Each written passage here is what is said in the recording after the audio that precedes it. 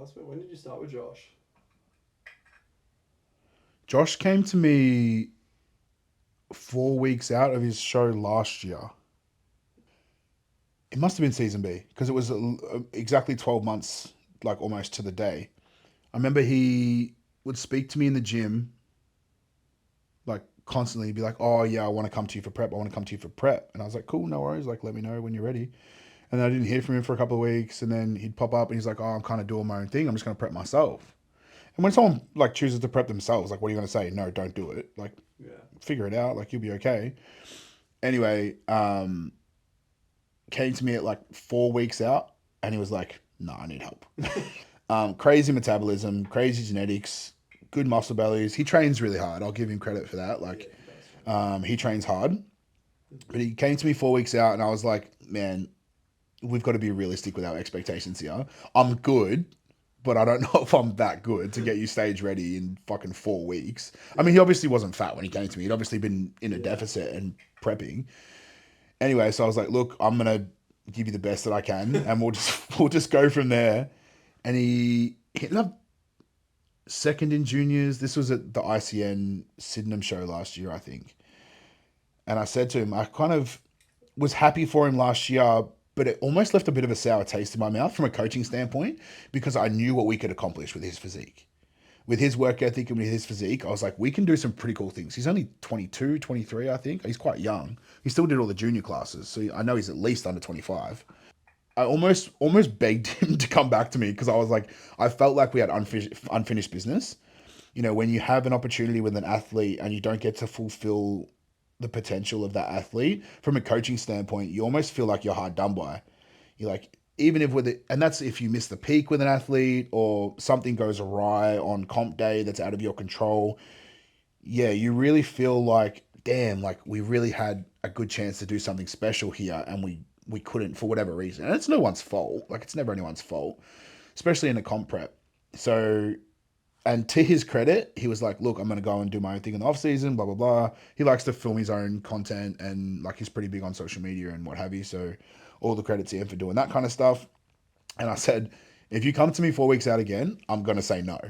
When did you come to you? He came to me 13 weeks out, That's a bit better. a bit better. At 13 weeks out, he came to me, um, and I I almost kind of like called him out a little bit because he was like, "I'm eating this much food, I'm doing this much, I look like this is where I'm at." And I was like, "I don't think you are."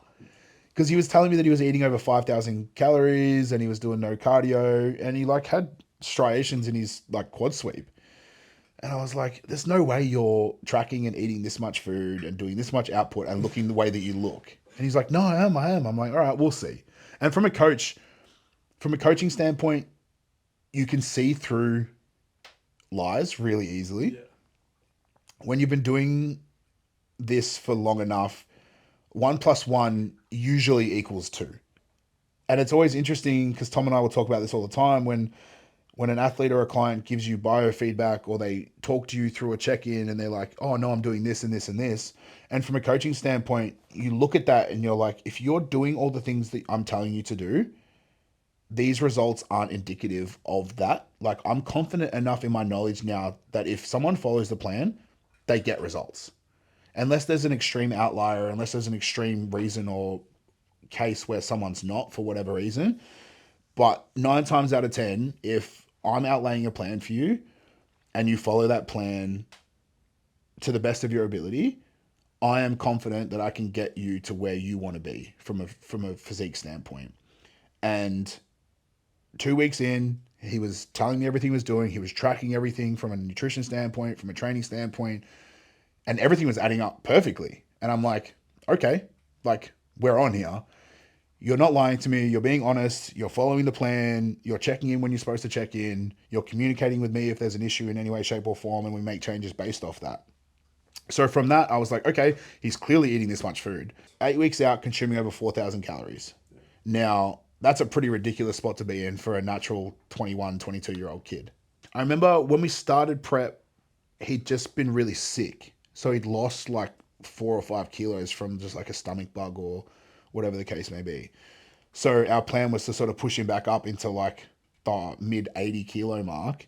And then stage weight was looking around 75, 76. Now, I remember last year, I think his stage weight was probably 76 kilos, just under maybe. And I wanted to accomplish the same weight, but with a vastly different look. Obviously, an extra 12 months of muscle maturity, any tissue that we put on in that off season. And then we obviously wanted to bring him in a little bit better from a conditioning standpoint because we obviously had a lot more time to work on that. So we did that. I think he ended up being around the 74 kilo mark with incredibly better conditioning. And this is why it's always interesting when people sort of speculate or talk about stage weights. And it's like you can have a plan in mind, and sometimes the plan doesn't go according to plan, but for a good reason.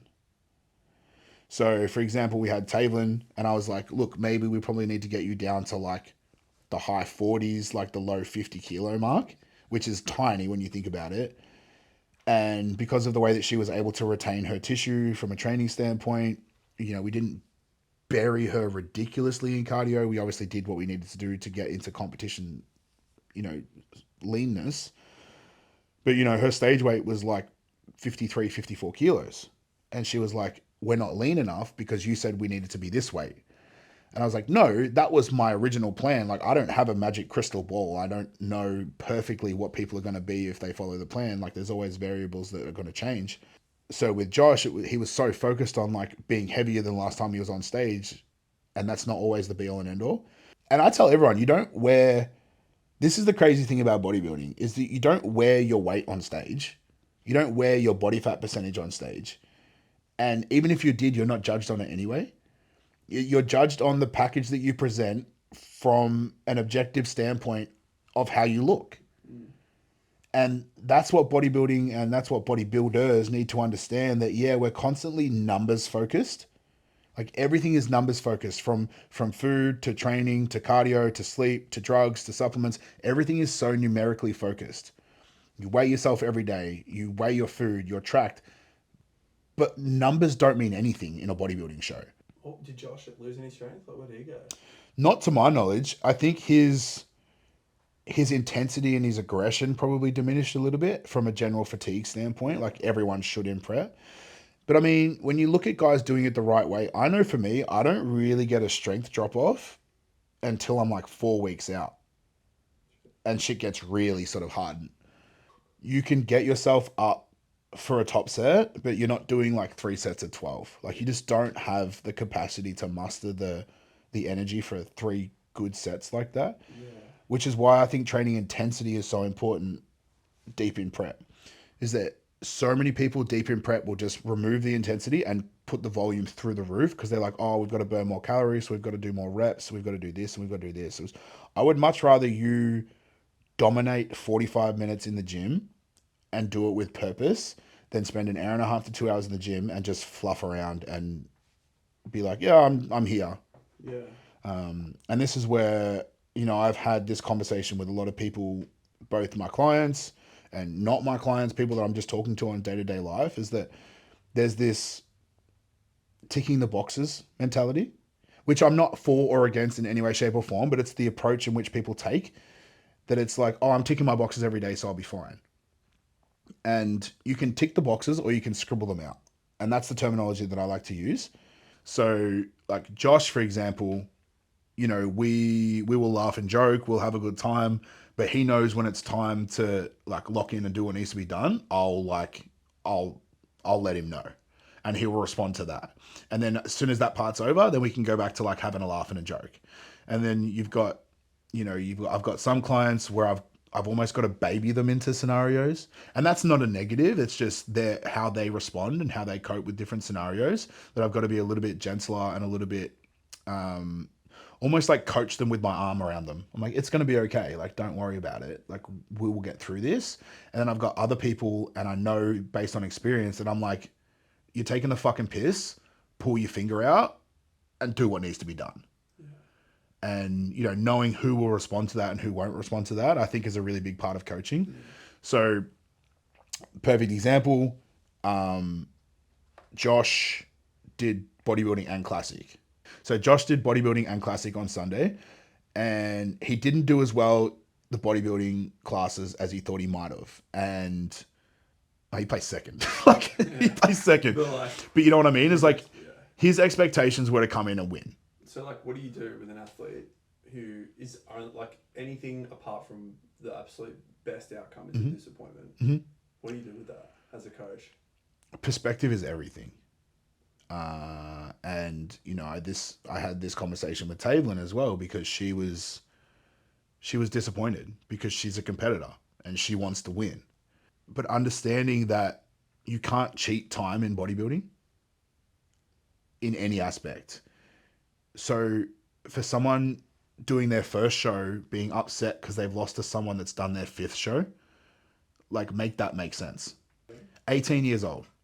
18 years old, she's been properly weight training for, we'll say 2 years, but I've been coaching her for 12 months. Like, you're competing against, I mean, she was in an overall against Naku, who won an overall category in ICN 3 years ago. So she's been a competitor for longer than Tavlin's even been in the gym. Right? So how do you put into perspective to an athlete that person just has put in more time than you, and there's literally nothing you can do about it? When I was in the US playing basketball, like, I would spend 3 hours in the gym and get 1,000 shots up. And I know that was making me better. Like, repetition, muscle memory, you know, all of that. You can't spend 3 hours in the gym doing 1,000 bicep curls and expect for that to make you better. It's an accumulation over long periods of time doing the same thing over and over and over and over again. Because it's like, okay, if you're constantly waiting to compete until your physique is ready, then when you compete, when your physique's ready for the first time, is your stage presence going to be ready? Is your posing going to be ready? Is your ability to handle pressures on comp day that you didn't think were going to happen ready? Like, there's so many variables to a bodybuilding show that are so much more than just your physique and how you look. And you can't educate someone through that process unless they've been through that process. You know, the amount of stress and cortisol that I see backstage at a bodybuilding show is phenomenal. Like, you can feel the tension in the air.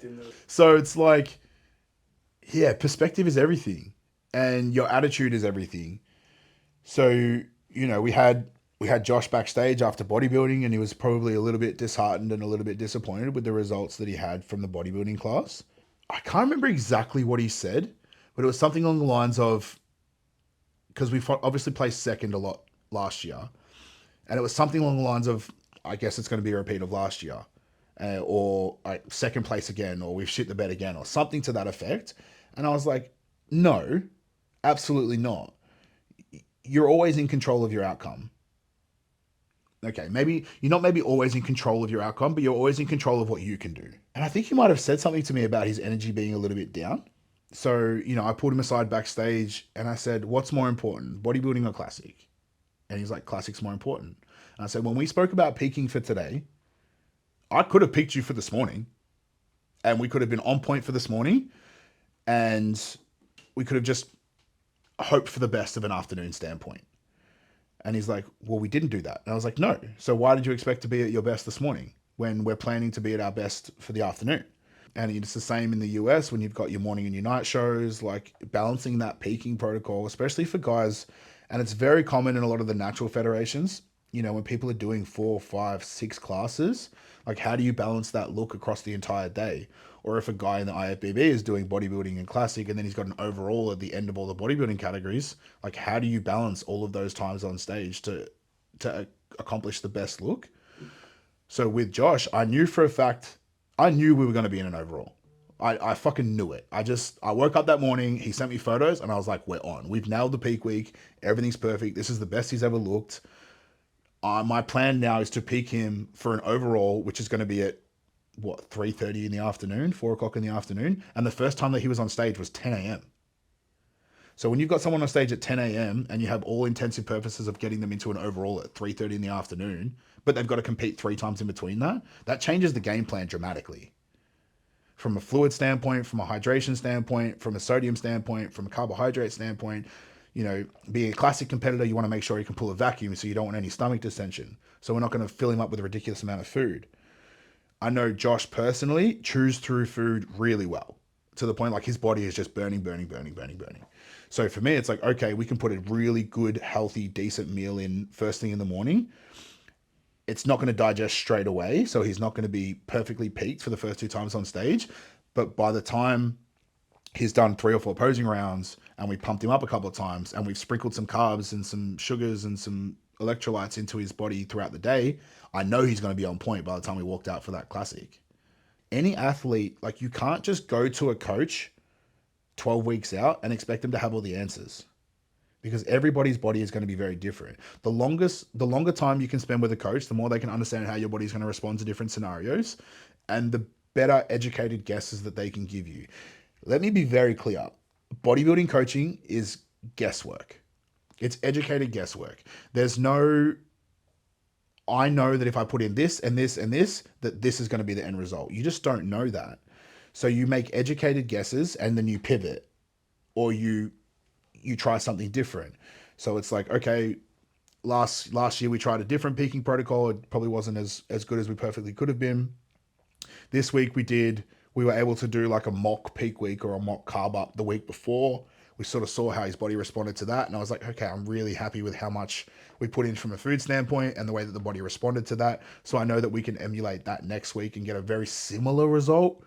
And then I know from experience, pulling sodium out a couple of days before a show and then reintroducing that helps with nutrient timing and nutrient transportation. You start to look a little bit more vascular. You start to dry out a little bit. All of these things play a role into the final look and the final presentation on stage. And then you couple that with them having a tan on. You couple that with what do they look like after they've done 3 or 4 rounds of posing. How does the body fade? How does the body adjust based on that? And then it's all calculated guessing at that point. What did you do to get him back up for Classic Physique after he was like disappointed about the second? Reassurance for him that it was, we are doing the right thing to get a desired result. This was the plan. This was the plan. Like, this is working. And I pulled him aside and I was like, this is perfect. Like, I'm so happy right now with the look that we've got, because I know it's going to accomplish the desired look that we want in 3 hours time. So it was from his standpoint, reassuring him that I wasn't worried. I think if an athlete sees a coach start to stress and be concerned, game's over. Having a relationship with a client that's a little bit deeper than an online check-in form, building communicative trust in a face-to-face check-in. Friday night, he got his first coat of tan, and I met him at the gym at 6:30 at night to watch him pose at the gym, so I could, and that built trust. He can see that I'm willing to go out of my way at a time that's not convenient for me. I wasn't charging him for anything, but I was willing to come to the gym, watch him pose. I did the same thing with Chris. I've done the same thing with Taylor. I do the same thing with all of my athletes, is I will go above and beyond for you because I understand how much this means to you. And I don't feel like I'm doing my due diligence if I don't care enough about the end result as much as you do. So I think if you show the athlete that you care about the end result as much as they do, they're willing to put that trust in you and they're willing to listen, because they understand that it's not you pay me a fee, I try, but if it doesn't happen, whatever. Like, I'm so invested. Like, if you see me on a comp day as a coach, I'm all over the place. If you see me on comp day as an athlete, I'm chill. I'm chilling. I'm in my vibe. I'm hyping everyone up. Like, that's sort of who I am as a person. But from a coaching aspect, I feel so much pressure because it's not just me. It's someone else. Mm-hmm. Like, the only times that I've ever been really upset from an athlete standpoint is when I feel like I've let someone else down. Yeah. Because, I was really upset after New York because I felt like I let you and Tom down so much. And then I don't know why I'm getting so emotional talking about this right now, but I was so upset after New York. I mean, I finished 12th the New York Pro, but I felt like, I let you guys down, which is what made me emotional. I was super stoked with what I did. And I spoke to Taylor about this is before I turned pro. I remember the nationals were in Melbourne, and I was supposed to be a lock to win that pro card. And no bullshit, 50 people came to the show, and I lost. 50 people there to watch a bodybuilding show, half of which have never been to a bodybuilding show before, to watch me try and accomplish something that was supposed to happen, and it didn't. And I broke down. I remember I walked off stage, and I sat backstage like crying for 15 minutes. Because I was like, I don't want to go out there and face 50 people that I told I was going to win. Yeah. Like, the reassuring factor that not a single person walked away from that venue thinking less of me because I didn't win. Every single person was there to support me, for me, you know, and that's one thing from the show on the weekend that I was really humbled by, was the support for everyone. Regardless of if it was their first show, they were expected to win the overall, they didn't expect to place at all. Like, the support is crazy. And I think that that's what's really missing in bodybuilding in general, is just the community feel of people supporting other people doing what they want to do, regardless of the result.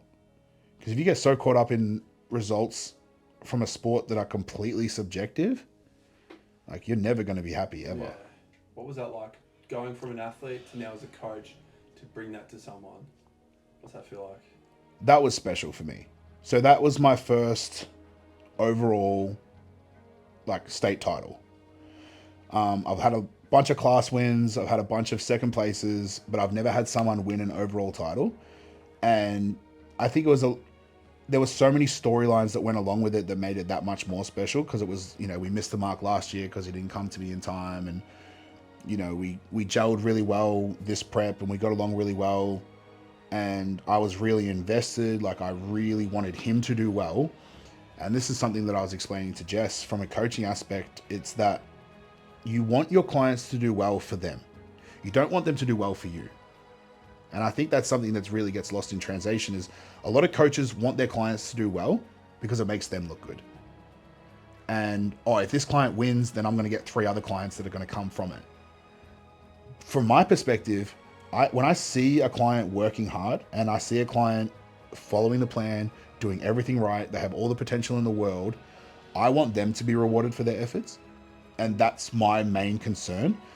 I don't give a fuck if it doesn't fall back on me whatsoever and I get nothing out of it. To see Josh literally jump up and do a heel click on stage because he accomplished something that he set out to do was the most euphoric feeling for me on the day. And that made me so happy to be able to get him to where he wanted to be and enjoy that process with him, and then celebrate that victory with him.